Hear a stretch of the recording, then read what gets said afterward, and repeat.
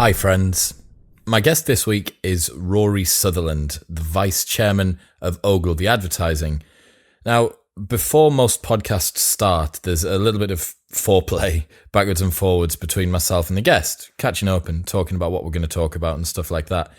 With Rory, it was more analogous to me trying to step onto a train going high speed, and he just began. So I started recording straight away.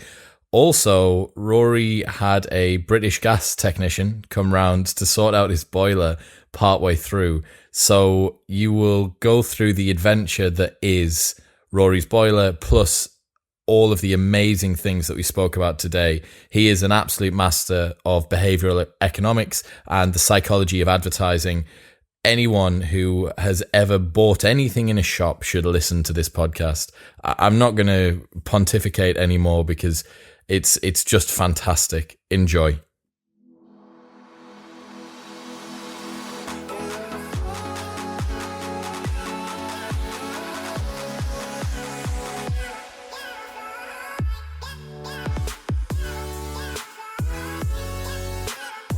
I always regard consumer capitalism as kind of the Galapagos Islands of understanding human motivation, because just as evolution throws up things, the duck-billed platypus, the kangaroo, etc., that don't really make much sense. In the same way, consumer capitalism is interesting, both for things which shouldn't be successful but are. And the classic example of that is Red Bull. But I mean, you could actually, if you think about some of the greatest business successes of the last 10, 20, 30 years, I mean, going back further, denim, for example, doesn't really make sense as a fabric. The popularity of denim doesn't make any sense. It kind of fades. It looks a bit shit. It was manufactured as a wagon cover and then worn as overalls by indigent laborers. You know, you would have expected silk to have become big. Yeah. And the trouser front. But nope, it's not silk, it's jeans. Then you've got things, again, you know, if you'd made a business case for Wikipedia and your last slide had said, and the best thing is that everybody's going to write this for free. Yeah. Okay. Basically, you would have been shown out of the room. It's completely insane. Red Bull, again, doesn't taste very nice, cost a fortune, comes in a tiny can. You know, no one making a case for that really would get anywhere. You know, in a Soviet-controlled economy, no one would have sat down with the Supreme Soviet and said, well, for our next 7-year plan, what the Union of Soviet Socialist Republics really needs is an overpriced, disgusting tasting drink. But at the same time, I think it's interesting because I think what capitalism and evolution does is it throws up bonkers successes, but there are also things that fail that logically shouldn't. I mean, in the case of say evolution, why is parthenogenesis, or why is, in other words, asexual reproduction so very rare? Yeah.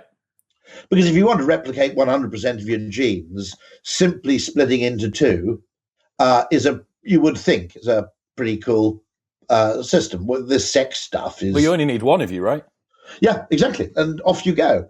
What seems to happen is that when a disease hits, you all die. Not enough genetic variation. Sex is the diversity trade-off that means that some of your genes will survive. It's hedging your bets, essentially. It's covering your bases. Because you'd rather have your genes survive split between a variety of different carriers than put all your eggs in one basket. And I think what tends to happen is you do get these asexual reproduction things happening, and they're very, very successful right up to the point where they aren't. And then when they fail spectacularly. Now, this might be, unfortunately. Is this your man from British Gas? Hold on, I'm so sorry. This is going to make this. I suppose it's a very authentic podcast. Absolutely authentic podcast. Yeah. Oh, he's outside. I better go down. Won't be a no second. Worries. We can pause if you like. Yeah, we've paused. Right. And we're back. That was probably more about wash basins than you needed to hear, but there we go. Totally fine. They're a finicky and very fine-tuned, subtler device. So I wanted to talk about a news article which I got sent yesterday. I can't believe that I've never heard of this before, but you may have done. Have you heard of the hit-to-kill phenomenon in China? No. So, Oh, is this thing where it's more expensive if you hit someone and they survive?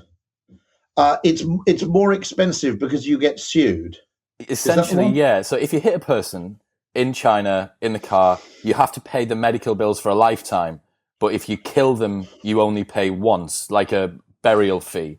So the fee for killing is about $30,000 to $50,000, but a lifetime of medical expenses is in the excess of millions sometimes. So there's these bizarre videos where drivers will hit someone and then reverse backwards and forwards over the body because it's more economical to kill than it is to injure. So you have, I don't know if you know that film THX 1138, but that's a very early George Lucas film. But that's the kind of world in which, perfect, no problem at all.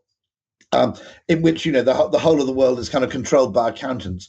Funnily enough, of course, that's true in the UK, in that in the UK, about 5 years ago, the insurance industry was hit by a young male driver who effectively ploughed into a bus queue, leaving a large number of people essentially critically injured and disabled for life, but not dead. Right. And I think the total cost of the claim came to something like £70 million from one accident. Wow.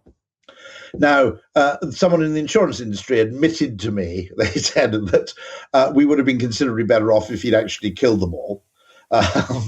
Because patent insurance industry. Now, you've simply got to trust the insurance industry in this case. Not to send people around to hospitals disconnecting life support systems surreptitiously. And one would hope that doesn't happen. But of course, that fairly simple economic truth is true all over the world, that it's only in China where presumably the people are uninsured. Is that right? I'm not sure about that. I don't understand why their insurance doesn't cover the expenses of incident which is associated with their insurance. I'd have presumed that's what the insurance would have been there for. And we have to be careful about this because, of course, the reason we have to be careful about this is there's an element of prejudice which is probably a bias, which is we tend to see the Chinese as slightly more calculating or unemotional. And, there's a whole bunch of sort of stereotyping going on there. Yeah.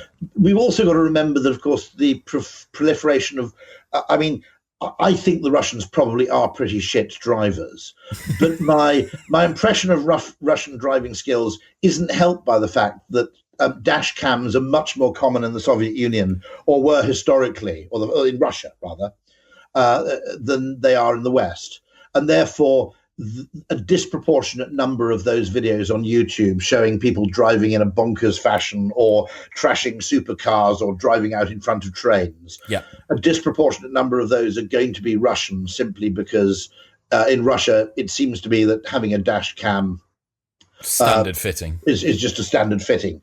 Whereas I don't have one. No. I've always asked that question, by the way. What happens if you've got a dash cam and you make a terrible mistake yourself? Just throw it out the window.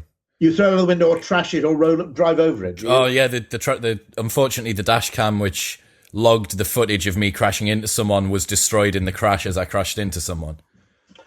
Right, okay, so you have to construct that story. Because it did occur to me that I looked at buying a dash cam and thought, this is a bit of a double-edged sword, isn't it? Because it's gonna capture my road rage. If I'm swearing at the guy in front, it's gonna capture all that shit, which isn't necessarily going to help me in a court of law. And so it did occur to me that a dash cam, maybe I'm better off without one. It depends. It's hedging your bets there about whether or not you think that you're going to be the victim or the perpetrator of accidents more or less of the time, I suppose. I mean, it's a worrying thing in a sense, because there's something about that that's indicative of a low trust culture, isn't there? Yeah. I'd like to think I'm the kind of person who, regardless of the evidence, if it were my fault, I would, I know we're always told in a road accident you must never apologise, never admit blame because of the legal implications. But I'd like to think if I ran into the back of someone, I'd basically say, look, fair and square, this is what happened. Yeah. And I'd take the hit. I'd like to think I'm that kind of person. And so the idea that we're in a society where, the assumption is that other people are lying strikes me as a bit alarming. Yeah, I think we're trying to protect for a few odd situations where there's a little bit, the system goes awry, so to speak, with that. Well, they're the fake whiplash claims, aren't they? Which, of course, are... So, in other words, someone will brake... I mean, occasionally someone will drive in front of you and then brake stupidly in order for you to go into the back of them. There was families of people that were doing that, wasn't there? Driving across into slip lanes and stopping in front of lorries and stuff like that. I'll tell you a very wonderful story, which you'll love, which is very podcast-worthy, which was, I hasten to add, a friend of a friend of a friend, but I think it is actually true. Detach yourself as far as you want from the story, Rory. He was driving home extremely drunk and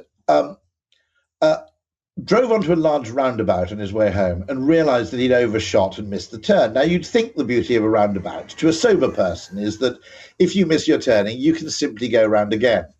To the pissed mind, however, this isn't immediately apparent, and he immediately slammed on the brakes and started reversing back to the correct turn-off. While reversing back round the roundabout, he slammed into a car behind. And he was just about to basically leg it when a police car turns up, just at the moment you don't want it to turn up, you see. And the police car just goes, "Hold on a second, sir, will you just mind a moment? I've just got to speak to the driver behind you." And he sees the policeman go and breathalyze the man into whom he's reversed, you see, which to the cop is not irrational. If someone's hit a car in front, you assume the car behind is to blame. And the breathalyzer for the car behind comes up positive. And the policeman then simply walks up to his window and says, "Well, you really better go, sir." He said, "I'm terribly sorry. That guy behind completely out with the fairies. He told me that you came round the roundabout backwards and reversed into him." And so this chap simply drove home. Some guardian angel had managed to help him get away with it. So much serendipity there. Oh my days. Well, yeah, that is thanking your lucky stars situation, isn't it? It is really, isn't it? Yeah. I want to move on to the most pressing topic at hand, which is the debate between wet and dry toilet paper and whether or not you should have a bidet or the Arabic shatoffa in your house. Yes. Well, I'm a big fan of the shatoffa. I'm a big fan of the Japanese toilet. I'm a big fan of moist toilet paper. I mean, it seems to me, my father, who's 88, said the same thing, that the whole business between getting up in the morning and leaving the house, you know, if you consider the extraordinary improvement in terms of time saving that's brought to us at other times of the day by things like the dishwasher or indeed online shopping, if you choose to use it, or the washing machine, or the extraordinary entertainment made possible by television, that part of the day has been transformed since my father was born in 1930, okay? Since his own father was born in about 1895, it's unrecognizable. And yet the first part of the day, nothing, you know, shit, shave, shower, basically nothing's happened. We still have a Victorian first half hour of the day. Yeah, we're primitive. We are totally primitive. And it strikes me that this is an area where there's huge potential for innovation.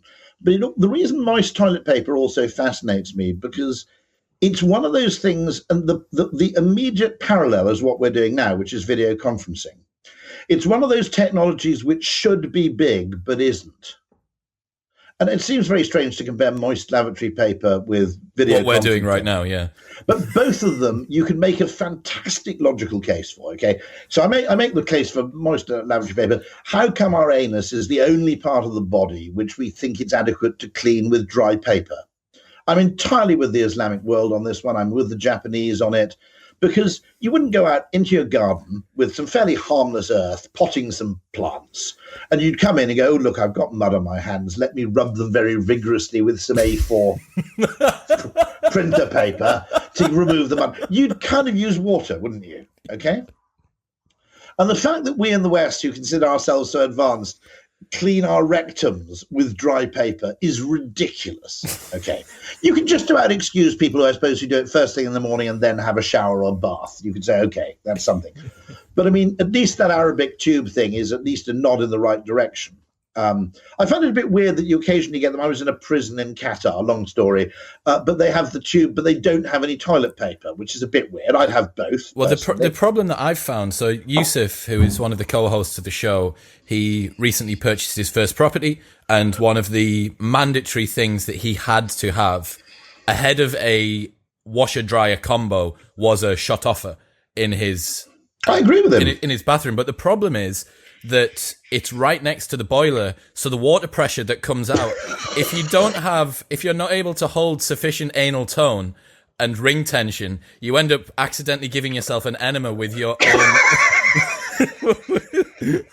with your own shit.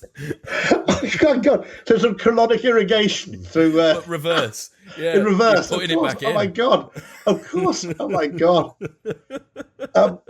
Okay, because I'm having my bathroom done at home later on this year, so I think I will consider one of those, because I agree with you. I think it's barbaric that we don't have them. And actually, very strange, actually, two things. One of the things, I often talk to my dad about this. My dad's 88, so you have this very interesting contrast. I also buy gadgets for my dad to see whether he uses them or not, as a kind of experiment, because I'm the kind of idiot, okay, who'll buy any old shit. Mm-hmm. You know, I bought yogurt makers, bread makers. I bought any bloody gadget that I can, simply because I enjoy its intrinsic gadgetiness. Yep. And so I always find it interesting buying my dad things, because what he likes and what he doesn't is revealing as to what's genuinely useful. Because I think at the age of 88, you've got a fairly sensible take on what's life improving and what isn't. I bought one of the Google HomePod Minis, which is like Alexa. It's like the Echo Dot, but the Google equivalent. And I wrote about this in the Spectator, and a few people said, "Oh, what the hell are you doing plugging, Amazon and Google's products? It's not as if they need any help." My argument for this was that mostly those products are being sold as ways to turn on your lights remotely, control your thermostat. Now, I do all that shit because I'm weird, okay? My argument was that for your Spectator reader or your Spectator reader's mum and dad in their 70s or 80s, it's a technology none of those people will buy off their own bat. There's not a chance in hell that anybody aged 80 is going to wander into Curry's PC World and go, get me an Amazon Echo Dot or a HomePod Mini. Yeah. Actually, if you think about it in pensioner terms, it's the world's best radio for 30 quid. Yeah. Okay, it'll play any music you want. You just asked for it. It'll play any radio station you want. It'll tell you the time. It'll tell you the weather. It'll tell you how to cook a turkey. So 30 quid for the ability to speak to a supercomputer. And interestingly, my dad only installed it on about 27th of December, but he uses it about 6 or 7 times a day. Really? Brilliantly, after I wrote that article, a friend of mine told me that his mum is in a nursing home where they bought an Echo Dot, and they put it in the lounge of the nursing home. Now, I think this is a brilliant idea. Now, no one's ever thinking, and no one's going to position a tech product as it's perfect for oldies, okay? Yeah. Because it's kind of the kiss of death in marketing terms. It's rather like I bought from a company which only sells products to the elderly and disabled. I bought a long-handled dustpan and brush. Right. So it's a dustpan with a really long handle and a brush with a really long handle, which means you don't have to grovel on the floor when you've tipped some cornflakes, okay?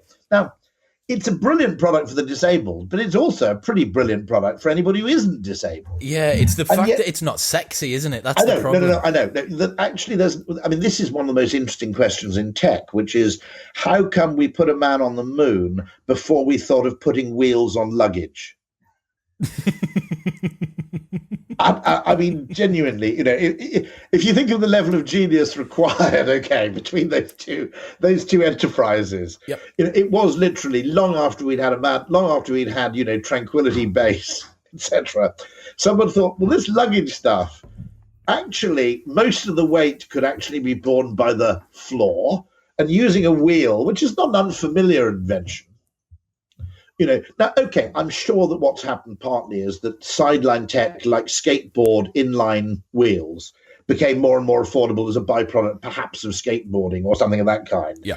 And that the technology somehow improved. Nevertheless, you could have had a basic wheeled suitcase. It could have been something beforehand. So are you saying, weirdly, that giving products to pensioners is kind of like the litmus test, Occam's razor, canary in the coal mine for whether or not a product's very I mean, first of all, pensioners aren't generally they're not doing things to show off, or they're low on signalling, and they're high on pragmatism and practicality. And the other thing I bought my dad, which was an extraordinary success, the Philips Airfryer. It's actually technically it's not a fryer. It's a it's a small desktop fan oven which blasts superheated air, and you can cook chips or cook any food. Think of it as halfway between an oven and a microwave, and you've got about the right thing. Now, I bought one myself, and I thought it was an absolute game changer. And I thought, well, maybe this is just because of my inherent technophilia, sort of neophilia. I bought one for my dad, who's become a weird air fryer evangelist, going around various other old people. Frying shit. Pointing this out. And actually, to the other people's credit, they do actually, occasionally people come up to him in the pub and go, that air fryer, that was a good tip. Nice. I think designing for the disabled or designing for the elderly is inherently interesting, because I've written about this in the Spectator, because in a sense, if you take, for example, wheelchair ramps, well, wheelchair ramps are also useful for people with wheel luggage, okay? The legislation that replaces doorknobs with door handles is designed for people who don't have use of their hands, who can open a door with an elbow rather than needing a hand. Now, what you've got to remember is, and likewise, the reason that the shampoo opens at the top and the conditioner at the bottom, I think, was designed for partially sighted people. Is that so? I've always wondered why that was the case. But it's a good principle, because in the shower, you're partially sighted. Yep. I mean, if you wear spectacles, you're not wearing them in the shower. If you are, you can't see a fucking thing. I don't wear spectacles. I still can't see a fucking thing in the shower. That's unless someone really mean comes in and turns the shampoo upside down in the conditioner. Exactly, yeah. No, then you take the fact of, say, the doorknob. Well, if you're carrying 2 mugs of tea, you effectively haven't got the use of your hands. So actually, most humans are partially disabled. Insight for this came from BT brought out this huge buttoned phone, which was designed for people who are significantly visually impaired. And weirdly, to their surprise, it became their best-selling what would you say, wired telephone. And of course, they realized as a bedside phone, you've got people who haven't got their specs on. They're probably reaching over and lying on one side, so they want to be able to dial by touch rather than by sight. And designing for the extremes is always interesting. And I think that, don't get me wrong, I don't blame them for marketing Alexa as a kind of leading edge tech thing. But the reason I wrote the article in the Spectator is the application for anybody over the age of 60. And bear in mind, no one over the age of 60 is going to buy that thing. So what I wanted people to do is buy it for older people as a Christmas present. Now, the wonderful thing is my friend's mother, who's in the nursing home, she's a big Ray Charles fan, and she gets to the lounge first and she says, Alexa, play Ray Charles. And off the Ray Charles goes. She won't use the Alexa when there's anybody else in the room, because she doesn't want the other old people to know how it works, because then she'll have to put up with their shit music. So she actually uses Alexa in a fantastically furtive way, where she'll never actually change the volume or change the music while there's anybody else present. Yep. She's just pleading ignorance, the same as everybody else. Pleading, I don't know, it just plays Ray Charles. What am I supposed to do? It's the Ray Charles machine. It's Ray Charles or Mahalia Jackson. It's a special radio that plays nothing else. Yeah, you're totally right. It seems like designing for the extremes with this kind of super utilitarian approach, where you've got the absolute no frills and everything. So as a perfect example, we are shoehorn evangelists on this show.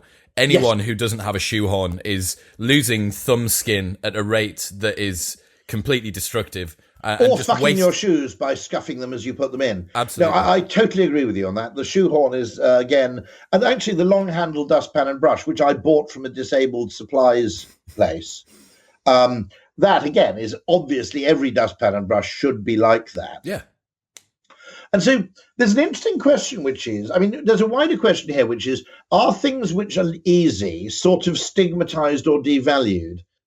And so video conferencing fascinates me, because are businesses reluctant to adopt it simply because it is comfortable, pleasant, and you can do it from home? So is there this sort of macho signaling, which is, no, if it's a serious business meeting, you get up at 6 o'clock in the morning and you fly to Frankfurt? And that what we're doing is we're signaling commitment through effort. Now, that wouldn't matter if the effort were actually beneficial. An example of a technology, just as, evolution leads to brilliant things which work fantastically, which none of us would ever have thought of, but it also leads to dumb runaway, what's called Fisherian runaway, the peacock's tail. okay, where you get effectively runaway arms races between different males, say, to attract female attention. It always occurred to me that the typewriter as a technology was emblematic of that, in that it meant that for a period, the word processor, different matter, because you can take shit, edit it, change the addressee, you don't have to type the same thing 47 times. Word processor, different thing. But the typewriter essentially meant that for a period of about 100 years, everything produced by a serious business had to be written twice. And then if it needed editing, because I'm just about old enough to remember when you'd get shit typed for you at work, it was only really the first 2 or 3 years of work where you'd handwrite a memo and your PA would type it up and distribute it. But I can just about remember this. And it was really stupid because there'd always be a mistake, or you'd change your mind about something, which actually meant that what you had to be written ended up being written 4 times.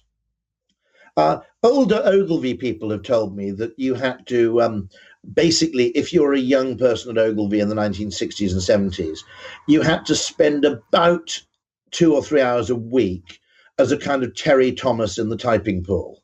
Oh, you had to grease everyone. You had to go in and go, hello, gorgeous creature, and do all the, go in your velvet smoking jacket. Hello. And the reason for that is if you didn't have a bank of favours and affection in the typing pool, you couldn't get anything written.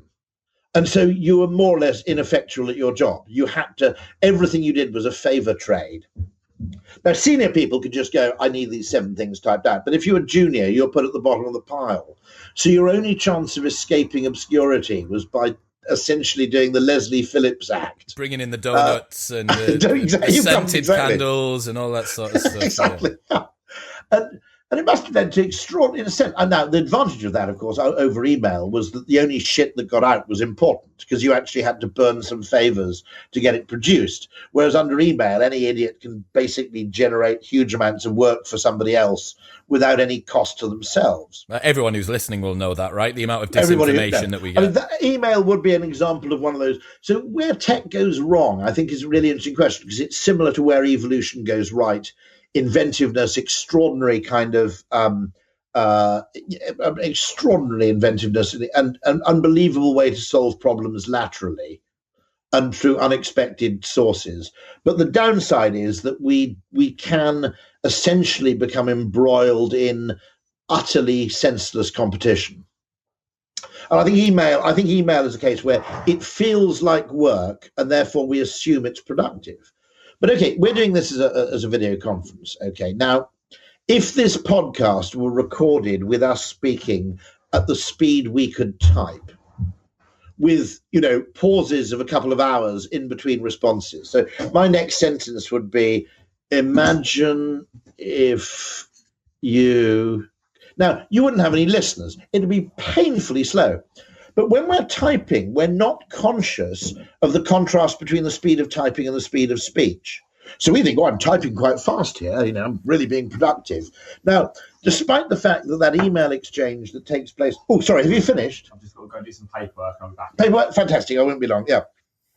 Okay, so an email exchange that takes place over 3 days and takes an hour of your time possibly could have been settled in a 4-minute phone call. Yeah. Do you want to do that? No, I wouldn't do that. No, okay, well, what about, blah, blah, blah, blah. Okay, you're out.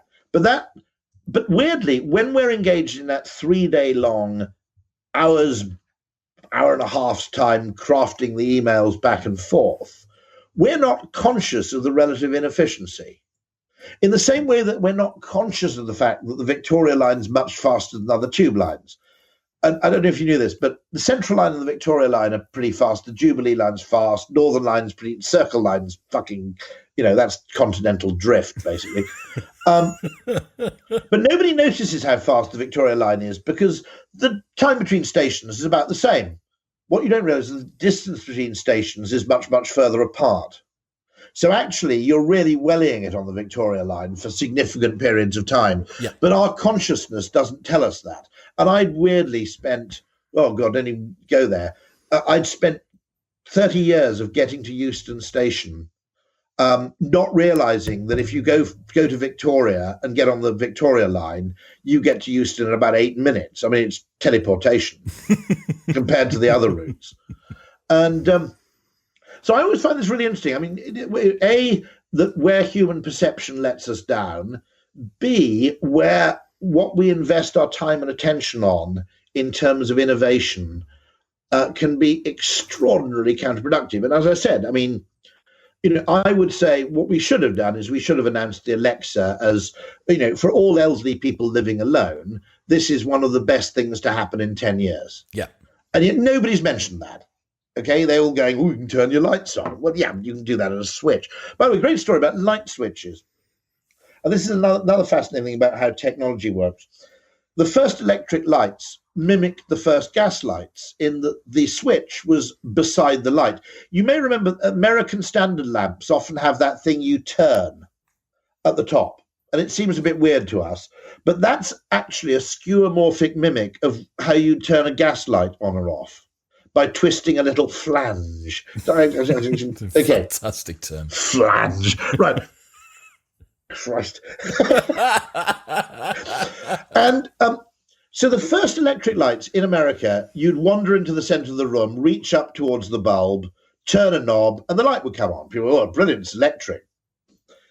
And then someone said, well, you can actually put the switch right next to the door, so when you come into the room, you just turn the light on.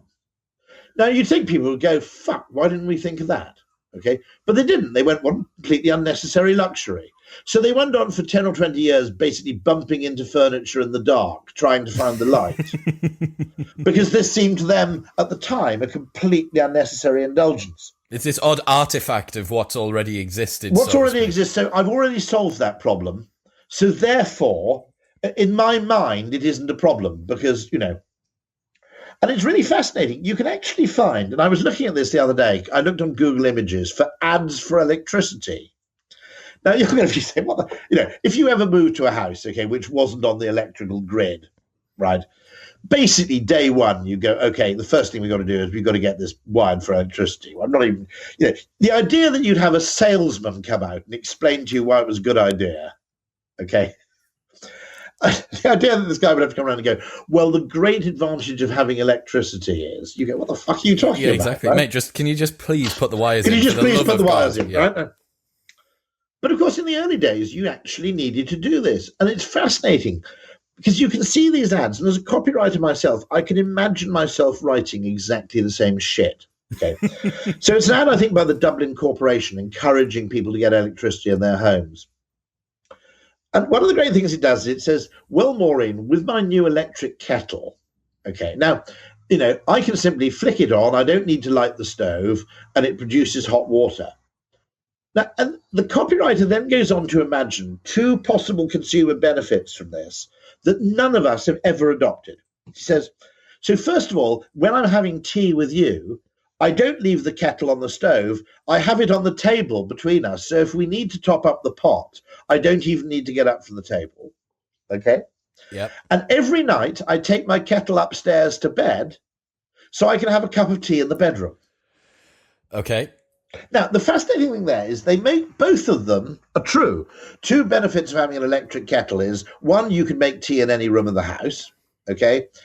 Two, you can actually have the kettle anywhere you want it to be, not necessarily on the stove. The strange thing is that nobody, as far as I know, ever does either of those two things. It's a stationary object. It stays in the same place. It's a stationary object. I've never moved it anywhere else. Some people had teas made, but it's never occurred to me, to take a kettle into my bedroom. Yep, thankfully. But I'm ill for lip sip. Have I ever done it? No, don't think so. I go into the kitchen. You put it in the cup downstairs. And the other thing as well is if you did do that. 1 second, I've got. That's okay. It's all done, is it? Yeah, good as gold. You actually have 3 litres on there. Wow! Oh, that explains why it was so weird. Yeah, you had a pinhole on your hot, and then your coal was leaking from the top entry of the tap and or the boiler fix. So I've replaced all of it. Let me give you something too. Sorry. That's all right. No. It's really useful. Thanks. So I've just replaced the whole lot. Good as gold. I'll put everything back. So. Oh, that's fantastic. Thanks very much indeed. That's great. Oh, thank you very much. No, it's a pleasure. Thanks. If you just slam the door. Yeah. Once you're down, that'll be absolutely great. Oh, there we go. All good. Are you wearing a smart? Perfect. All right, take care. Have a good Thank you very much indeed. Have a good. What day is it now? It's Friday. Have a good weekend. You too. Take care. Thanks. All the best. Bye bye. Are you wearing a smartwatch there, Rory? So here we are. So I suppose if you look at electricity, I mean, one thing that interests me about that is it actually suggests that marketing and consumer innovation are a significant factor in determining economic growth. We never look at this. We always assume that supply creates its own demand, and that once you invent electricity, people just go, "Well, fucking hell, where have you been all my life?" But actually, for the most part, they don't. They actually need to be persuaded. I mean, there were farmers in Wales, my father can remember, who had electricity to power the milking machines in the cowshed, but didn't want it in the house. That's so bizarre, isn't it? Yeah, So what do you think? Welsh farmers, mind you. So I mean, it's yeah, might not be straight down the middle of the representative demographic, but yeah.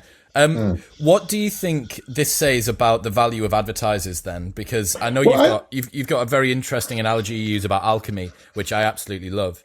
Well, I think that marketing and advertising, in terms of both behavior change and also creating the context for things that enables us to see why they're desirable, might be much, much more important in terms of economic growth, productivity, and just the wealth of nations than economists have given it credit for. Now, one thing I'd say is that the United States enjoys a huge advantage as an economy, not only in its productive capacity, its scale, its size, but also in the nature and character of its inhabitants, which is for good and ill, and it's not always for good, okay?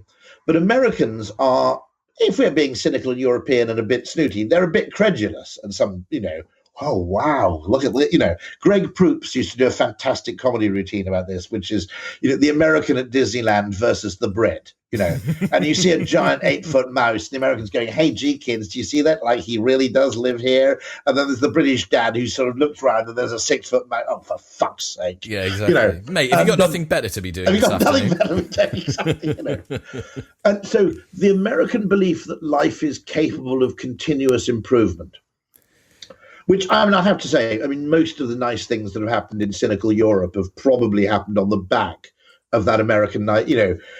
Just as actually most of the really worthwhile shit was invented by people in sheds in the Midwest. Let's give them credit for this, because Brits haven't been bad. Scandinavians have been, and the French are very weird. They're either very conservative or very inventive. Yeah. I can't get my head around that at all. They're either the most inventive, creative people in the world, or like the most weirdly conservative. Yeah.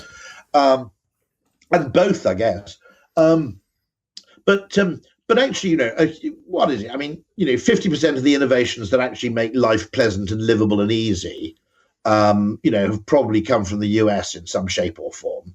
And they've been adopted because of that American belief that there's always a better way of doing something. Is that because it's such a young country, do you think? I always think this when I think about the difference, especially between the UK and America. And I always draw this analogy that the way that Americans talk, this kind of top-down love for the country. Like, I've never once heard an English person say, "You know what it is? I really just love England. I want to do it for my country." It's the sort of thing that you associate with like far-right activists and people with skinheads. Yeah, which is a terrible shame, actually, because, we got quite a lot to be pretty, to be absolutely honest, the place is, living here, it's pretty great, actually. Apart from the weather, it's fantastic. Yeah, apart from January, February, March. Yeah, no, I agree. Yeah. And clear out January. If you can ever find a life. My father, funnily enough, said one of his regrets was, he said, by the time you kids had left home, what I should have done in my late 60s is buggered off to Spain for January, February, March. Had a holiday. Or because it wouldn't have cost very much.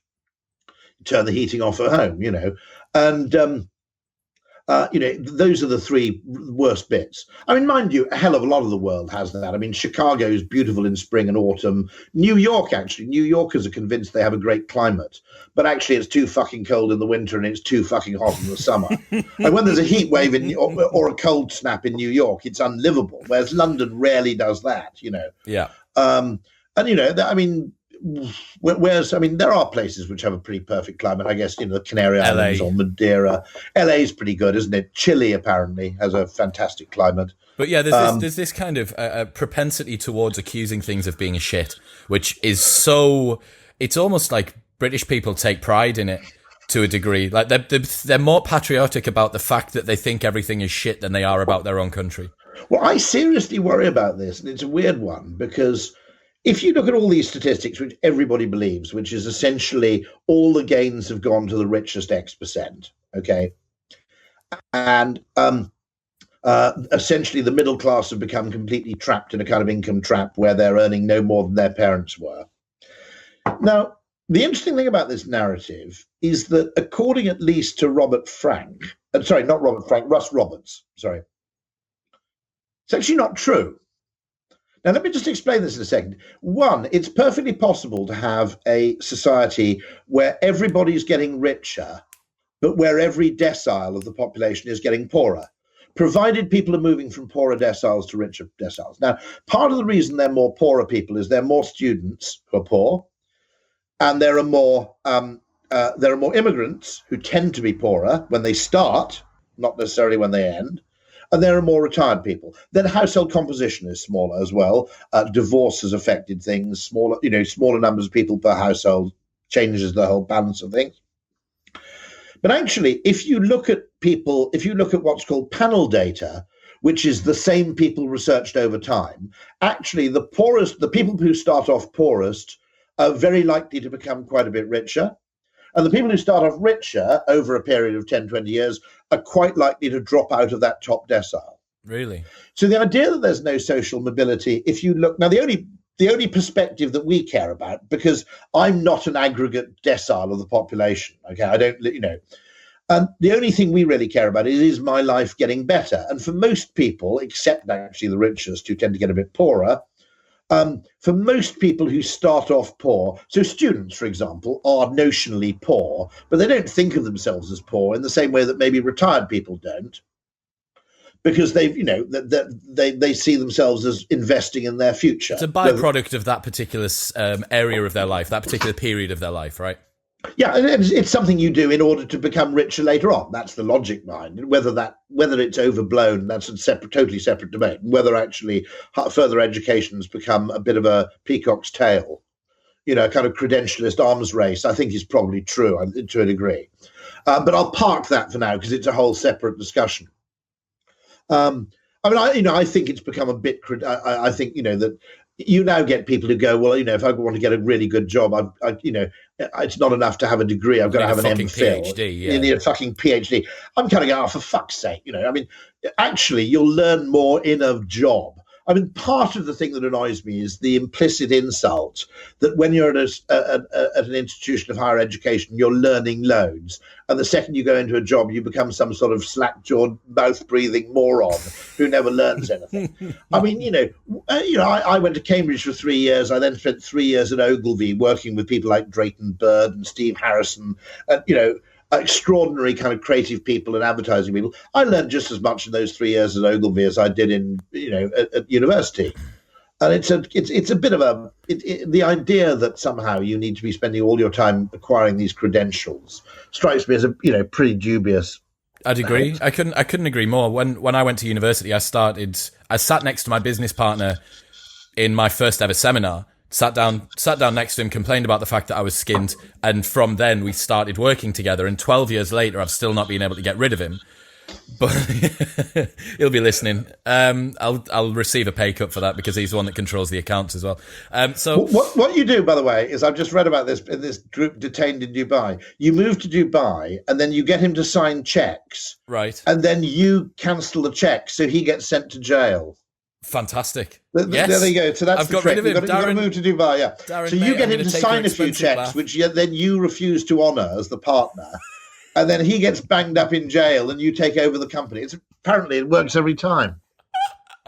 Well, yeah, cool. There you go. I'll have to make sure that he doesn't listen to this one so he's not expecting it, but that'll be fine. So yeah, we sat down next to each other in our first ever seminar, and very quickly we started operating a business from HR, advertising, marketing, dealing with suppliers, dealing with consumers, everything front and backwards facing, as vertically and horizontally integrated as you can imagine. And at the same time, I was doing a business degree at Newcastle, and I was dealt a fatal dose of contrast between what the real world was showing me and what my academics were showing me. And very quickly, I became so disenchanted disenfranchised with what I was learning. I think had I been doing philosophy or psychology or something, it might have fed my passion a little bit more. But as I was sat learning about Henry Ford's scientific methods of like operations and Kaizen logistics and stuff like that, I just thought, like, what am I doing? Like, this does not reflect the business world that I am being exposed to. And then sure enough, I came out and I thought, well, the piece of paper for me, I'm the absolute avatar for got a piece of paper that I didn't need, this was before the £9,000 a year thing. I was like £3,000 a year, and I've still come out with like 27 grand of debt for a degree that essentially facilitated me running a business. If you offered people that £27,000 loan and said you can spend a third of it, you have to spend a third of it on education, but the other 18 grand you can spend on anything you like, starting a business, moving house, getting, whatever. Okay. Everybody would do a 1-year degree, wouldn't they? Or Absolutely. maybe 2. Nobody would do 3. You'd want 9 or 18 grand for the other shit. 18 grand in 2006 was a deposit on a house. That was a deposit. You're absolutely right. Yeah. No, so that's not a market in education. Saying here's money which we'll lend for you, just as the housing market isn't a market, because a mortgage is money they'll lend to you on the sole condition that you spend it on property. So unsurprisingly, houses are really fucking expensive. And a student loan is 27 grand they'll lend you on the sole proviso that you spend it all on education. Now, to be absolutely honest, I would have spent 2 years at Cambridge and bought a fucking Mustang or something. But I mean, actually, this is one of the most interesting questions, which is I would argue that it's one of the interesting ideas which in a way interests people on the right and left, and as a result makes no progress because nobody gets angry about it. But actually giving people money in lumps, and there's a whole load of experiments in the effective altruism movement, that the problem with welfare is partly, it's partly right-wing people are too reluctant to give it, which is one interesting question.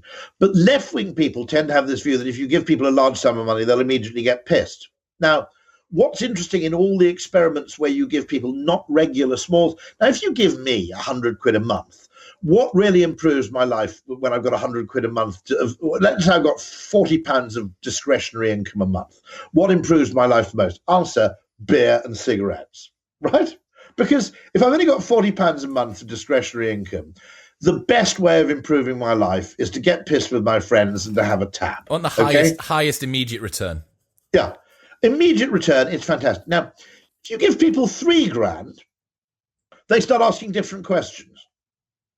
5 grand, should I move house? Do I really need to buy a car? Do I really need to get educated? And if you look at these experiments in Africa where you go around and they find genuinely deserving people, typically if you've got a house which is entirely made of natural materials, it doesn't mean you're a hipster in Africa. It means you're genuinely poor, okay? If you haven't got any concrete and you haven't got any corrugated iron, you're really poor. So they identify those people and basically send them through their mobile phone, like a year's salary. Boom, like that. And the number of people who actually spend it on booze and cigarettes is unbelievably tiny. But what's fascinating is they don't spend it in the way the charity assumes is important. They all spend it on totally different things. Educating their kids might be the priority. Actually getting a proper roof on the house might be the priority. One person actually did buy recording equipment, which looked a bit of an indulgence, but he then started a band and made quite a lot of money out of it.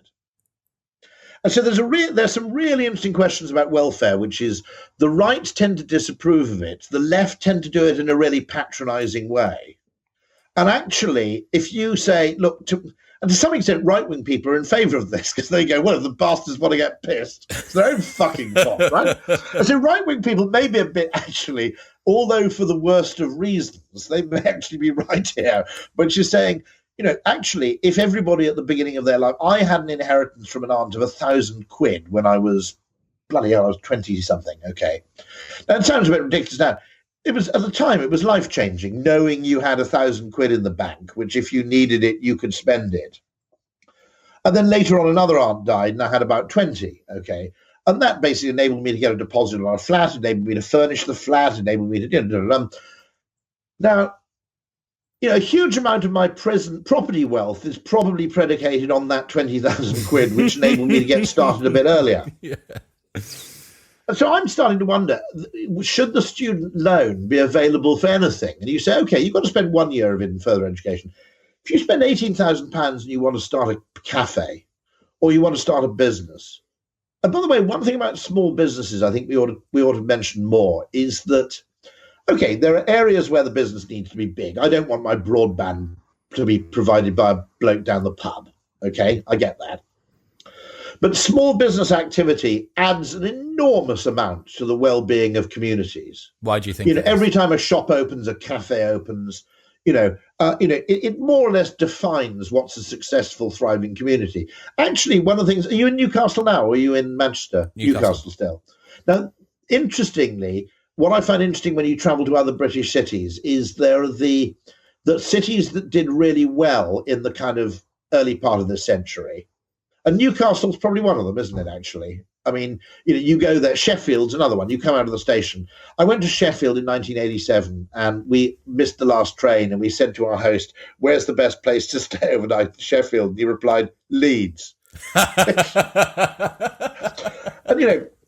the fact that people open, whether it's hotels, plumbing firms, cafes, all that sort of activity actually has an importance in day-to-day human life, which we can't really, we shouldn't really understate. And so I would argue that you should change the student loan and just say it's a young person's loan. Everybody gets it. Spend it as you wish. And you spend it as you wish, with a proviso that maybe I think a year should be spent on education. Yeah. Then, if you want to go and do 3 years and do that stuff, well, okay, but you should pay the cost that's 18,000 you can't spend on something else. Yeah, I totally get that. I wanted to talk about the recent UK advertising watchdog release that spoke about how it would be cracking down on what it termed sexist stereotypes in ads. Do you think this is a significant change, or is it natural progression? What's your view on this? To some extent, the sexist stereotype, in a sense, there's been a reverse sexist stereotype for quite a long time, which a lot of men find very irritating, which is you have to portray the man as a bit of an idiot and the woman as the sage, font of all wisdom, oracle. Because if you do it the other way around, you get massive complaints. And that can get a bit tedious. There is a problem, of course, with stereotyping in advertising in TV, which is simply that,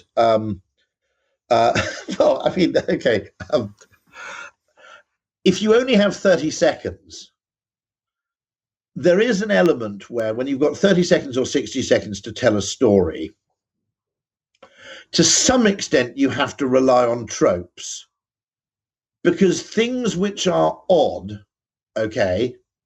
throw the viewer completely. You need the archetype, right? You need them to be able to infer so much more of the story. By the way, changing ethnic stereotypes, I'm entirely in favour of that. I mean, it's worth remembering that you get some weird stuff going on, in that there was that much applauded Nike ad about London, which is very, very ethnically diverse, except for a complete absence of Indians. Anybody of subcontinental origin seems to be completely missing. Now, that may be because people from the subcontinent are only really interested in one sport, which is cricket. Yes, fair point. Okay. Fair point. And Nike aren't very big in cricket, so yep. Yeah, and so there may be an element of that, but good advertising. First of all, you can push at stereotypes, but you can only push so fast and so far, because if you think about it, if you'd shown, for example, it would have been very good in 1970 to show a gay couple, in one sense, as an archetype, or creating a norm. But the ad would have become entirely about, all discussion of the ad would have become entirely about that. Yeah. So you had the OXO family, because then you just said default family, this is what families are like.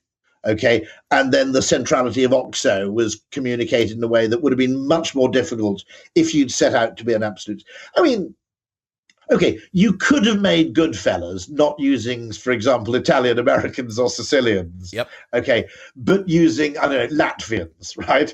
And it would have been less stereotyped, but it also would have been a bit of a weird film. You wouldn't have communicated across the subtlety. I talk about this a lot when people mention Love Island to me. They talk about the TV show, and they say that there's a lack of diversity in terms of character depth and complexity in that.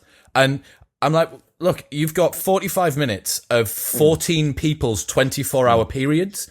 Like, it's like 350 hours of lived life every day that you need to try and fit in. Yeah. And you're like, you do not have the time to convey the subtlety and the nuance of someone's very specific views about exactly what they want from a girl or a guy. It needs to be, that's the hero, that's the villain, that's the maiden, that's the redeemed, that's the nerd, that's the da-da-da-da-da-da-da-da. Because it allows us to expedite the route from character introduction to character maturity. No, I think you're absolutely right. In terms of short storytelling under constraints, there's this. First of all, you want attention to be attached to something where, in one place, and so anything too weird. David Ogilvy always said, look, if you just want your ads to gain attention, show a gorilla in a jockstrap. The point is, you can gain attention, right? But the danger is if you do anything too. Now, Ford got into huge trouble because when they reproduced an ad showing factory workers in Essex in Poland, right, they replaced some of the black faces with white faces for the Polish market. Now, I didn't go on TV to defend this because the whole thing had become a kind of PR nightmare. But you've got to remember that the population of Poland is probably, 99.5% white, that if there's a car factory in Poland, the car workers are overwhelmingly Polish of ancestry. Now, if you had a car factory with the correct ethnic mix, which was perfectly used in the British brochure, by the way, I'm not... now, you could say, okay, this is because Poles are racist, which is not an implausible hypothesis, okay? But equally, to have, let's say, 30% Afro-Caribbean employees in what is supposed to be a Polish car factory would be like having a British car factory where there were 7 Navajo Indians. The point is that you'd be going, what the fuck's going on here? It's not representative, right? It's simply not representative. And they got into huge grief about that. And it was an insensitive thing to have done. But at the same time, I understand why they did it, because simply, if you're in Poland, the ethnic composition of Poland, Hungary, Czech Republic or whatever is not the ethnic composition of London. Are you going to have to amend your approach as you move forward at Ogilvy? Is this something that you're genuinely concerned about, or is it something that you've been ahead of the curve on already? Ogilvy as an agency was definitely ahead of the curve in terms of female employment and female promotion. So I occasionally get a bit baffled by the kind of discussions the ad industry has beating up, because every single division of Ogilvy I've worked with and for has probably in the last 20 years, if you split it up, it's been run equally by men and women. The ad agency has had female management for a significant time. The design component, the direct marketing component, all of them have had significant female management input. It's also worth remembering that to some extent the composition of an ad agency's board depends on the gender balance of who ad agencies recruited in 1988. Yeah, there's an upper ceiling that's moving up, right? So my contention is that the advertising industry and the communications industry will be majority female at all levels and in most departments. Not necessarily the creative department, but that will grow closer and closer to 50-50 in about 20 years.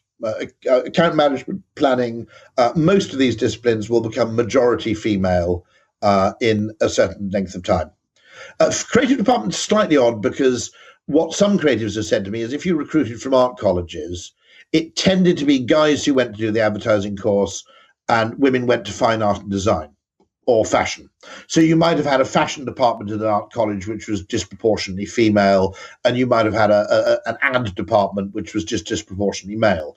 And it's not entirely fair to say that's prejudice rather than preference. Having said that, I don't think creative departments will be overwhelmingly male, nor will creative directors be overwhelmingly male in another 20 years. What I do believe as a conservative is there's a small c conservative, is there is a natural pace of change. And one thing that sometimes annoys me about these movements is that I support the aim of the movement. I think the movement's completely right. And I share its aspirations. But if I ever step in and say, no, I entirely agree with what you're trying to do, but the way you're trying to do it is wrong, or the way you're diagnosing the problem is wrong, the assumption is not this guy is trying to help by suggesting there may be other explanations. Instead, you're treated as basically one of the enemy. But the implication is that you're trying to deny, not trying You're to trying assist. to deny, yeah. Now, to some extent, when I was recruited by Ogilvy, we were about 12 of us, maybe 14 graduate trainees, and I think the ratio was something like 2-to-1 male to female. Don't know why that was. It's worth remembering, by the way, that HR, which is responsible for recruiting, is in most companies a bit of a matriarchy. So you could raise a little bit of a question, which is, well, hold on, HR has been a fairly well gender balanced, if anything, or female dominated discipline for quite a long time. What were you fucking doing for the first 10 years of this? Well, yeah, is it that women are oppressing women here, or I don't really get it? It's not impossible. I mean, if you look at it from a very Darwinian point of view, of course, there was a slight bias among certain men to recruit women. Yep. Okay. Now, which is also looked down upon. That's also not allowed. No. But I mean, historically, you had advantages in certain forms of employment. But I mean, by the way, that bias against women is not an impossible. The point to make is that there are multiple variations here. The senior people are a product of who was hired in 1988. It's also a product of maternity leave. I accept the fact that actually my career I wouldn't be vice chairman of Ogilvy if I had been at home looking after kids between, 1999 and 2008. Okay? Right. If I'd gone home and looked after kids, effectively, I would have had to reboot my career. I totally accept that, by the way, as a partial explanation. What I'm not keen on is just this thing, which is anywhere where it's not 50-50, there is therefore evidence of prejudice. That's too simplistic. It's not to say that prejudice doesn't exist. Of course it exists, and that it exists in both directions and from both genders, by the way. That patently there is prejudice, but, and this is the big but, it's not fair to say there is prejudice, there is inequality or imbalance, ergo the only source of the imbalance is the prejudice. Because there are loads of, one of them is preference, okay? Simply speaking, if you look at countries, very liberal countries, like Sweden or Norway, you will find that accountancy and perhaps being an actuary is disproportionately male, and nursing is disproportionately female. Well, you can't scale a lot of the jobs that females tend towards in these more egalitarian countries like Sweden and such like. They scale more like a lot more poorly than STEM fields. Like if you're a nurse, how many patients can you look after at once? Like maybe 10, 20, I guess. I don't know. But if you are someone who's creating a software guy, an app, there you go. You've got 7 billion people at your behest. So yeah, I totally agree. By the way, none of these findings has any bearing on the judgment of an individual, because what often isn't understood in this debate is the difference between aggregate and individual. So where you get considerable overlap, okay, what you will see is at the very extreme tails, the kind of person who wants to become an actuary, okay, is, well, I mean, okay, if you want to they're going to be slightly teensy bit on the spectrum, maybe, which is, by the way, trends male as well. Yep. It's a very extreme take. Now, nobody's saying for a second that there can't be female actuaries. I'm simply saying that if you expect actuaries and scaffolders and nurses to be 50-50 male-female, you're going to have a long wait. Yep. Unless you impose social engineering of a level that most of us wouldn't find acceptable. Yeah, and that's going to lead to more dissatisfaction longer term, right, as well. I mean, there's an interesting theory, by the way, which is borne out by my own anecdotal experience, which is the main reason women... There are two problems with STEM and getting women in... Well, there are loads of problems about women in STEM. One of them is if you do STEM, you're more or less encouraged for A-levels to do maths, physics, chemistry. What that means is you haven't got room to do a nice humanities subject. Now, I think someone's got to change that. I did maths, Latin, and Greek, which was... I'm really glad I did that now as an adult. It was a total pain in the arse at the time, because if I was doing maths and physics, effectively it was the same shit with different diagrams, yep. Right?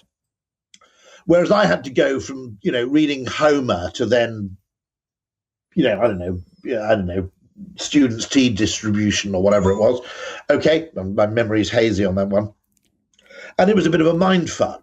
So there's that problem, which is more women than men are going to be reluctant to say, those subjects I really enjoyed, I'm going to do them. One of the theories is that, by the way, what tends to happen is that the reason more men go into STEM is simply that there are more men who are shit at history, English, and languages. Now, modern languages was always a female-dominated field at university. I don't know if you noticed that. But it tended to be the modern languages faculty was the Playboy mansion of the Cambridge. So that was the thinking man's. That was the thinking man's degree. Yeah, and so what tends to happen is that if you're the men who do STEM tend not only to be men who are good at STEM, they tend to be men who are not very good at history, English, geography, French. There are fewer women who are shit at history, English, geography, French.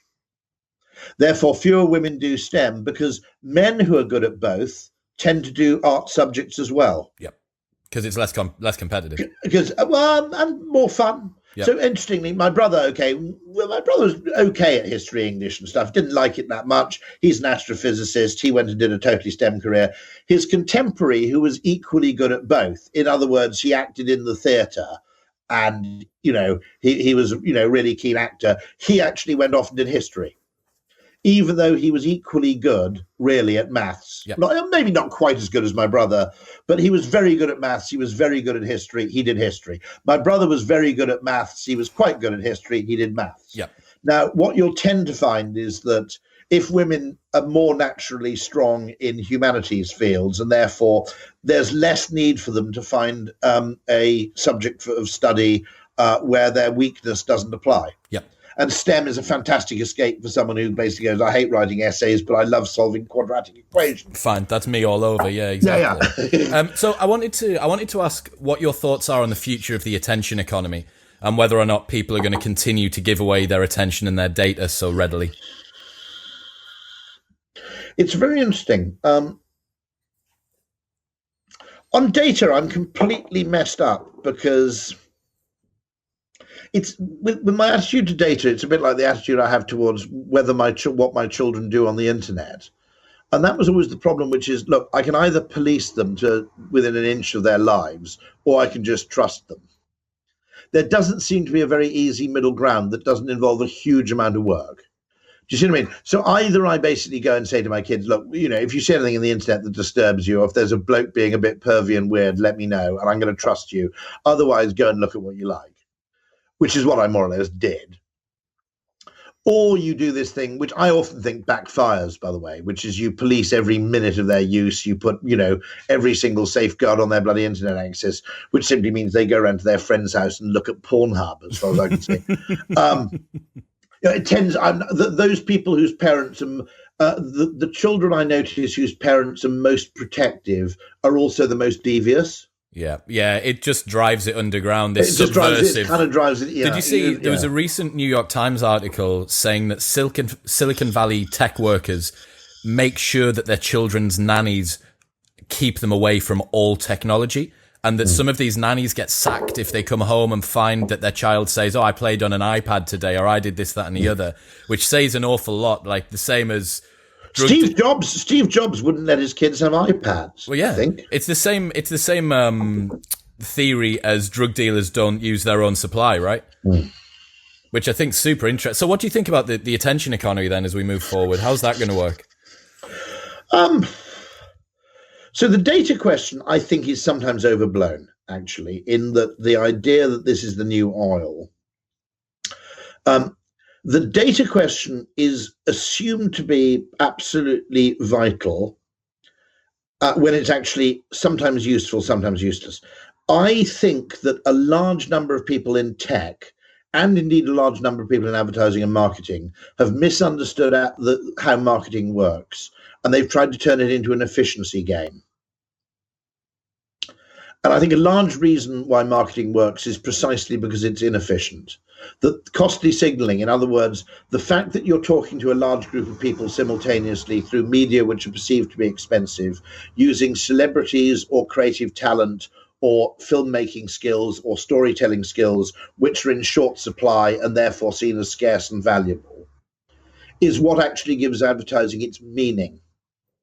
Now, how do you send a wedding invitation? Now, you could send it by email, but that would be really shit, wouldn't it? And actually, no one would come because they'd assume there was going to be a cash bar, Okay.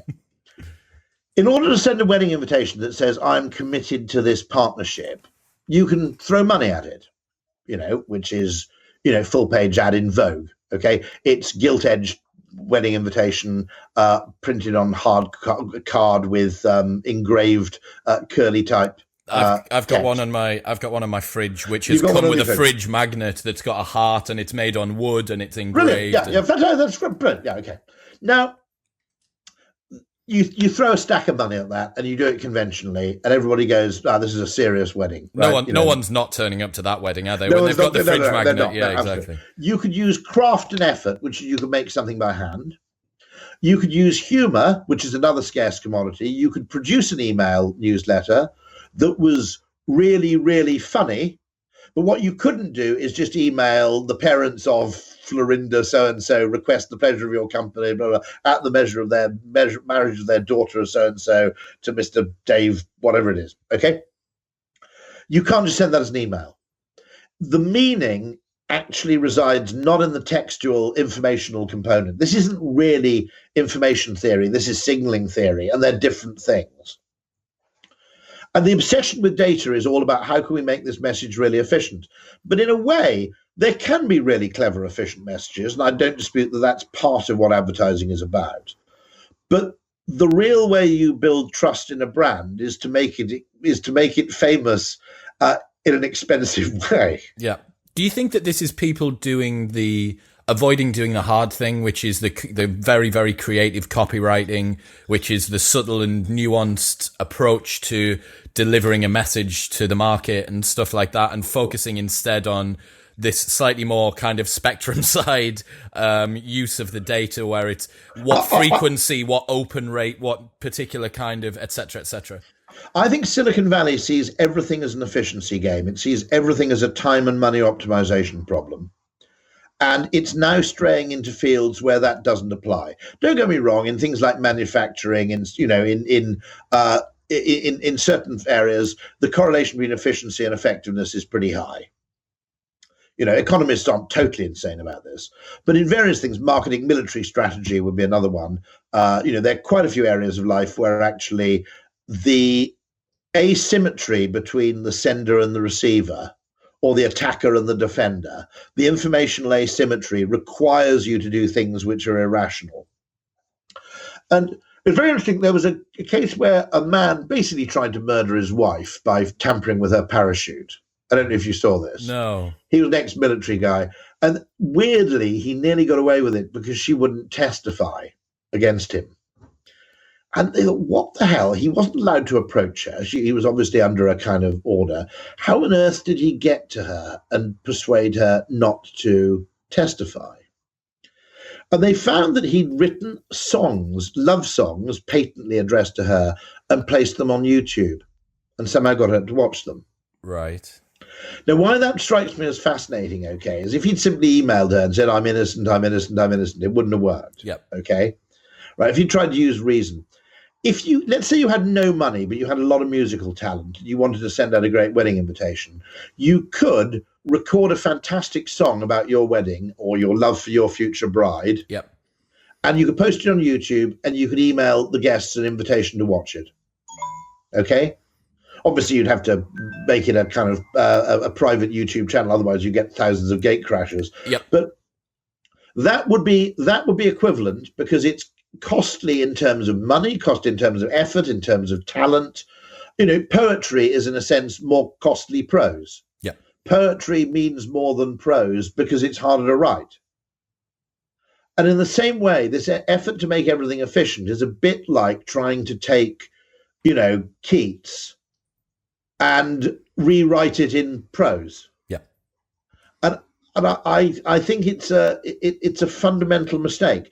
And of course, data, if you believe this to be true, data becomes absolutely everything, because all the human talents of persuasion and seduction are external to your model. So all you have to do is get the right information to the right person at the right time, and that's purely a data game. Now, of course, that suits Google and Facebook and everybody else to pretend it's a data game, because that's where they have a monopoly. They have a monopoly on that kind of data. They can't claim a monopoly on creative talent. They can't claim a monopoly over celebrity. They can't claim a monopoly over persuasive ability or psychology, but they can claim a monopoly over what they know. So they pretend advertising is the kind of game in which they are unavoidable. Now, you can't blame them for doing it. We all do the same kind of thing. We all pretend that the areas where we're strong are more important than they really are. Yep. So, but at the same time, the data question is unbelievably flaming complicated, because we've been naive in the West because we've always had relatively nice governments. You look at what's happening in China with the business where everybody has a kind of citizens eBay rating. Yes. And this is being developed in China. Now, it may be a terrible mistake, because suddenly everybody below a 3 is identified as a group, and they may rebel or revolt. You're just increasing tribalism a bit. You're creating a kind of gilet jaune for the people who are sub 3 rated, aren't you? Well, it's like there's an actual episode of Black Mirror which is about this, and then it's occurring in real life, and no one's actually taking. Well. No, and so it's affected by who you talk to, who your friends are on social media, who your parents were. All those things affect your rating, and your rating affects whether you can travel overseas, whether you can do this, whether you can do that. And of course, with eBay, if eBay gives me a shit rating, I can just create a new identity or move on to Etsy or something. But with the government, that's everything. Where you can live, where you can move, how freely you can travel, where you can work, whether you get a job or not, is all affected by a kind of credit rating on steroids. Now, that's a terrifying, terrifying thing. I mean, particularly when you automate it, so there's no... I'm not even comfortable. There's the great thing about there's data which is information, and there's data which does things. I'm not very comfortable with the speed camera. I don't think we should have accepted it, because I think in order to be fined, it is not enough to say, I drove at 40 and a 30 limit, therefore I should have 3 points and £100 fine. I think a human should watch the footage, and the human should have discretion over whether or not I'm fined. Were you overtaking someone? Were you swerving to avoid an animal? Were you doing? Well, in one case, don't get me wrong, I've had about 4 of these in my lifetime, and 3 of them were totally deserved. And I either did a speed awareness course or I took the points. One of them where there was a driver who was either drunk or having a massive row with his wife, who was swerving all over the road. So I just waited for them to move into the left-hand lane of a dual carriageway and basically wellied it for 300 yards as the only safe way of getting past. Yeah. Now, any cop would have arrested them, not me. And anybody watching the film footage in the wider context would have said, I can see why this guy did that. Should have had a dash cam. Yeah, well, interestingly, I never thought of that. They weren't really available then, I guess. No, this was about 8 or 10 years ago, so I don't suppose you could have got them. Yeah. But that is a fair point, actually, which is you could actually say, look, these are the circumstances. I want you to take this into consideration. I wonder whether or not they consider that. I recently got my first 3 points. I didn't know that a long wheelbase van, one up from a transit van, is classed as a commercial vehicle and means that it's got a national speed limit on a single carriageway of 50 miles an hour, not 60. I didn't know that. Well, there you go. If at some point in the future you're driving... So I didn't know. So I remember I was going to go and pick up a couch with my dad. My dad's in the car, and I'm driving along, and the van didn't have one of these classic enterprise things, like the most basic of equipment that you can, no air conditioning and no cruise control, etc., Gotcha. etc. So I'm driving to Leeds from Newcastle, and I'm on this single carriageway, and I remember seeing the mobile speed unit on the left, and I looked down, and I was like, 61, single carriageway, piece of piss, absolutely fine. I'll be laughing. What I didn't realise was that I was 11 miles an hour over the 50, the 50 limit for the vehicle, and I'm like, well. Like, and I got the thing through, and you've got to send off your license. I didn't even know how to send my license off. It didn't come back with a hole in it. I don't know why they need my license to, like, everything's done electronically anyway. But yeah, and that was a bizarre one. I think, well, there's more subtlety and nuance to that particular situation. Like, yeah, maybe before I drove the van, should I have looked at whether or not there was a different national speed limit? Yeah, but it's not that, like, I don't know. No, I wouldn't have. I never knew that. I had no clue. And then the other interesting one is it's not quite acceptable to impose a speed limit on dual carriageways or multi-lane motorways, because the very strong rule there is you've got to go a bit faster than the cars to your left. Yeah. Because if all the cars are travelling at the same speed at a high density of traffic, it's impossible to change lane, and people can't actually get off the motorway. Yeah. So you have to have some degree of flow to prevent the whole thing becoming kind of gridlocked. Yeah. And so, you have to accept that if the people in the left-hand lane are going 50, the people in the lane to the right are going to be going 54, and the people in the fast lane are going to be going 58, because that's just how we drive, and it's an instinctive thing.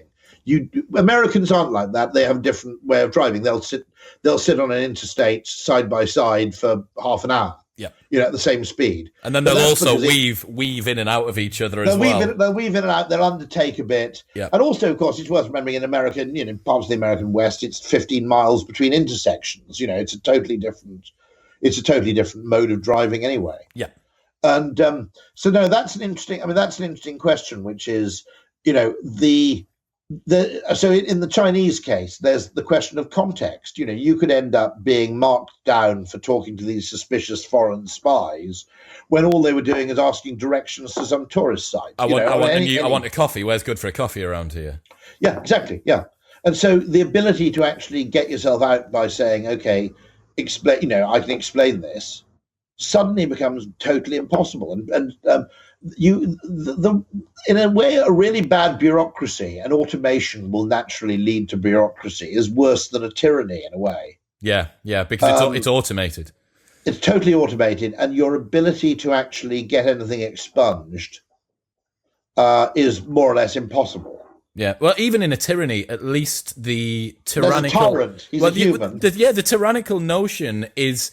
It's deployed by a human. There's an element, at least a small element of margin on either side. Yes. Yeah. So, final question that I wanted to ask was your vision of advertising moving forward. I've got George, who is one of the guys that works on the Modern Wisdom Project, asked what you think the ROI on advertising will look like as we move forward.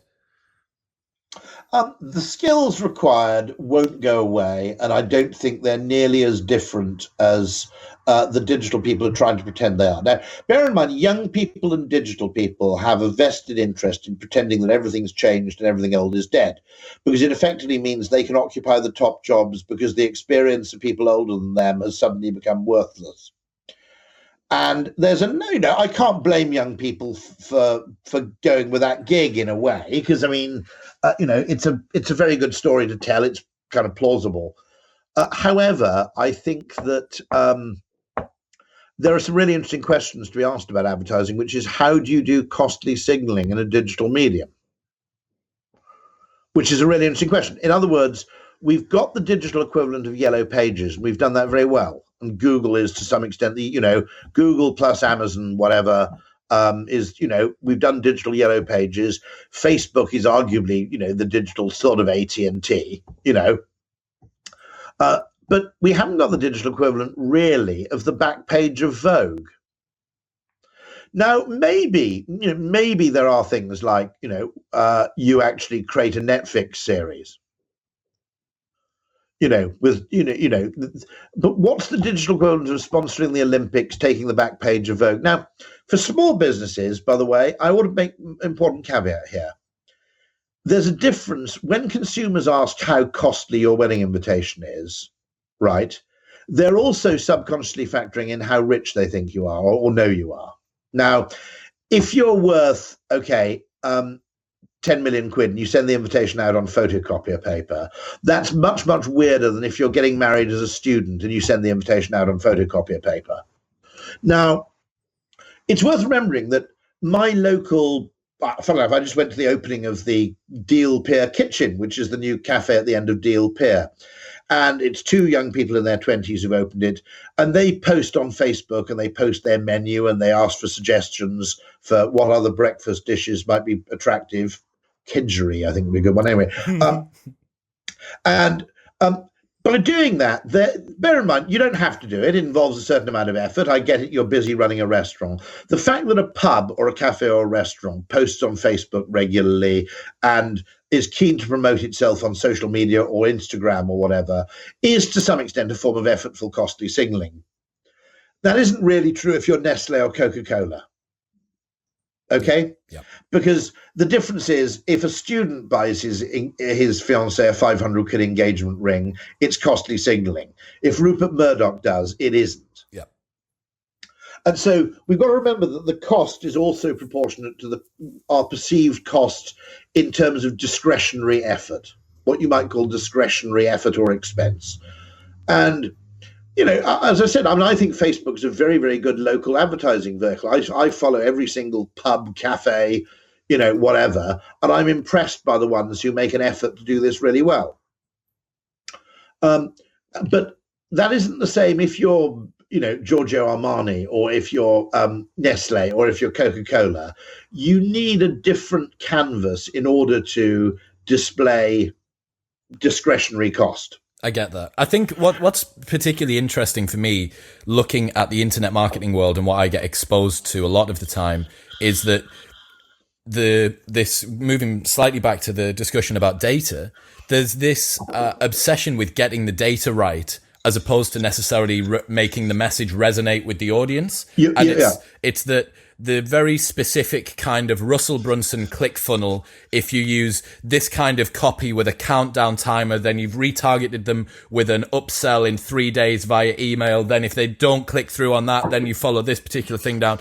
To me, the art and the subtlety and the actual connection that is made between consumer and brand, that is being replaced with an algorithmic logic puzzle, and at the end of that there is particular formula. Forget about the message, don't bother yourself with the creative, and then what you get out of the other side of that is successful business. Now, interestingly, unfortunately I haven't got it because I've got British Gas smart metering. I haven't got it on my current app, but there are ways in which I think a really impressive thing you can do is just show you understand consumer psychology very well. So there's the effort, which often is partly data-driven, but isn't necessarily. One of the things I loved is the British Gas app has a little thing where you submit a meter reading. Now, most gas meters in the UK are kind of under the stairs, or they're in a weird cupboard or a shed or some other weird thing. And the person who designed that app, all credit to them, just added a little switch which turned the torch flashlight on. I've got one of my Eon one. Yeah, unbelievable. Eon did the same thing. Okay. Yeah.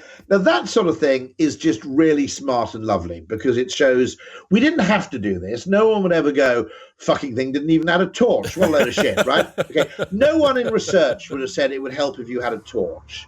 But someone thought. Now, that's an example of discretionary effort or discretionary, that someone made the budget available and and bothered to put enough attention into this to think, actually, they're going to be loads of cobwebs, it's going to be dark and musty, and they can't see. And we're back to designing for the disabled again, I suppose, in a funny kind of way. Yeah. But it's just that there is this weird thing, which is the other thing I think that I notice as a criticism of digital is there's not enough attention given to what happens when things go wrong. So they optimize a fantasy version of the customer journey. And they don't think of what happens when that journey doesn't happen to plan. So now, I hate criticising John Lewis because generally I love them and I get the stuff delivered to my local Waitrose and it's fabulous and and they do wonderful advertising. It's a great brand. It's a partnership. I love it. But I ordered a Dyson from John Lewis and it was supposed to be delivered the next day at Waitrose. And I never got a text saying it had turned up. But after about 2 days, it said it'll be dispatched, it'll arrive tomorrow. So I assumed it must have been there. So I went in and they said, no, it seems to have disappeared. I don't know whether one of the drive me, but the Dyson disappeared. Okay. Now, they must have known that it hadn't, or they must have had the data to know that it hadn't arrived. Okay. So a bit of me, I rang them up and I said, why do I have to? They said, what you have to do is reorder. We'll refund you and you reorder and we'll send you another one. I said, why is this my problem? Okay. Because you should have noticed that it didn't arrive. You should have texted me to say there's been a delay. You should have cancelled that first order, sent out the second one, and said, don't worry, it'll be there tomorrow. I wouldn't have even noticed because I wasn't that desperate to have the thing. Yeah. Okay, right? I wouldn't have cared. Instead, I'm suddenly the second, this is where bureaucracies, I think, is so telling. The second something goes wrong, you find yourself in a spiraling nightmare of Kafkaesque, total chaos. Yep. Where there's nothing you can bloody do about it. Yep. I did feel about that. Well, hold on. There should be a fucking algorithm that says, has it arrived? If no, forward to person, Yep. decide what to do. And it humanizes the company side, right? If they rung me up and said, look, we fucked up a bit. Yep. Sorry about this, but it'll be with you tomorrow. I would have thought, what a great company. Yep. Because you've actually taken an initiative and you're actually looking out for me. And so, I worry about all this stuff because I think there's this optimization thing, which is all based around a kind of fantasy of how the world's supposed to work. And in so many ways, the world doesn't work like that because shit happens and things go wrong. And I wonder that when tech people are designing, they're looking for this naive nirvana situation, which you can demonstrate, in which when it works to plan looks really cool. But in many cases, they may be optimizing completely the wrong thing. So they may be obsessed with getting the thing there in 1 day rather than 2. Whereas what I really want is just, is actually really regular tracking to tell me. I just want to know when it's there. Yeah. Yeah. That maybe what they're trying to do is actually optimizing what seems to be what might be the sort of operations element of optimization, not the psychological element of optimization. And then you get back to all my shit about trains, saying the point that actually making trains faster is relatively of secondary importance for many train journeys in the UK, because you can now work on the train. Actually, the most important train technology in the last 20 years is Wi-Fi plus a table. Because if you've got Wi-Fi and a table, genuinely, if you ever invite me to speak in Newcastle, I always say to my PA, if it's in Newcastle, Liverpool, Manchester, basically say yes. She goes, well, it's an actuarial conference. What the hell are you going there for? And I go, yeah, but I get 4 hours on a train, which is the most productive I'm going to be all week. Yeah, you're insulated in this hermetically sealed environment. No one's bothering you. You've got good Wi-Fi. No one's really bothering you. They might bring me a bit of tea and coffee. And laughing.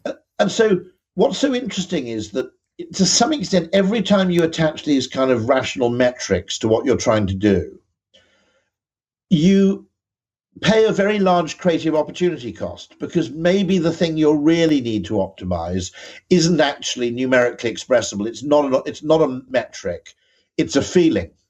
How do you scale that then? I think what you do need just behavioral science to go in and say, we have quite a lot of evidence to show that people don't know what they want. They can't say what they want, but we have quite a lot of evidence about people's emotional state, that they care actually much more than they think about X and much less than they think about Y. And therefore, if you optimize either what consumers say they want or what economic logic seems to dictate, you might be missing where the real money shot is in this activity. I totally get it. Rory, today's been absolutely fantastic. I'm right in saying that within the next couple of months, you're going to have a book coming out. Is that correct? 3 or 4. It's called Alchemy, The Surprising Power of Ideas That Don't Make Sense. And it's basically a plea for the world to abandon this need that everything needs a rational justification before we try it. In the real world, bonkers shit works and very logical things fail.